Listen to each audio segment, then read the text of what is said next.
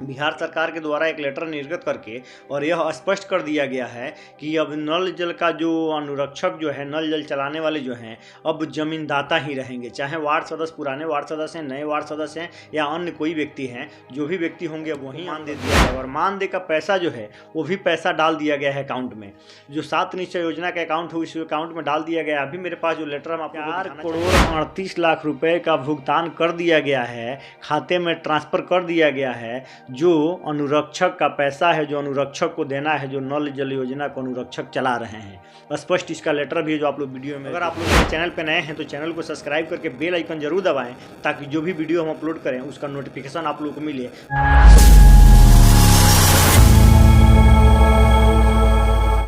नमस्कार, मैं हूं नीरज कुमार और आप देखना शुरू कर चुके हैं जेएमएस मीडिया न्यूज। आज हम लोग बात करने जा रहे हैं बिहार के नल जल के हालात के ऊपर। यह नल जल से जुड़ी हुई यह खबर है।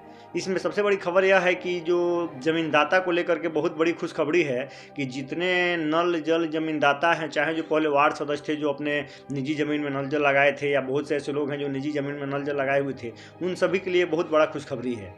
हर घर नल का जल योजना में जिनके ज़मीन में जल मीनार स्थापित है उन्हें ही अनुरक्षक मानते हुए मानदेय भुगतान का आदेश डीएम ने दिया है।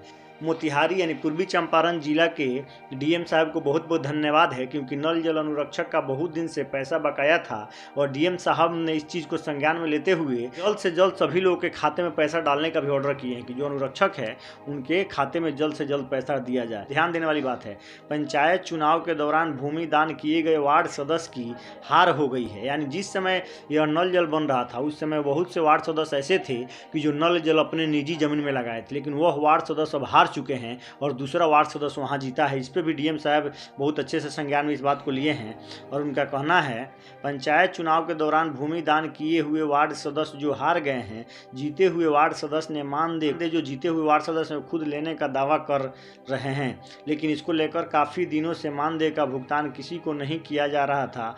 डीएम सौरभ जोरवाल ने बैठक के बाद यह तय किया कि जिसकी जमीन में जल मीनार स्थापित किया गया है उसी अनुरक्षक को 3654 अनुरक्षक के बीच 4,38,84,000 रुपये का मानदेय वितरण किया गया। अनुरक्षक को हर महीना 2,000 रुपये मानदेय मिलता है। काफ़ी दिनों से मानदेय बकाया था। जिला पंचायत राज पदाधिकारी ने बताया कि 6 माह का मानदेय अनुरक्षकों के बैंक खाते में भेजा गया है। नीतीश कुमार जी के द्वारा ये बहुत बड़ा एक खुशखबरी दिया गया है तमाम बिहार के उन लोगों के लिए, चाहे आप वार्ड सचिव हैं, चाहे आप वार्ड सदस्य हैं, चाहे आप अनुरक्षक हैं, अगर किसी भी पद पे हैं, अगर आप नल जल चला रहे हैं तो आप लोग को मानदेय आपके खाते में डायरेक्ट भेजा जा रहा है। यह देख सकते हैं, बहुत बड़ा एक खुशी की बात है। या सरकारी ज़मीन में जहाँ नल जल लगा हुआ है उस नल जल के लिए भी आप लोग जानते हैं कि वार्ड सदस्य का जिम्मेवारी होगा, या वहाँ बगल में कोई जिसका घर होगा, जो नज़दीक में रहने वाले व्यक्ति होंगे, उनको जिम्मेदारी वहाँ दिया जाएगा।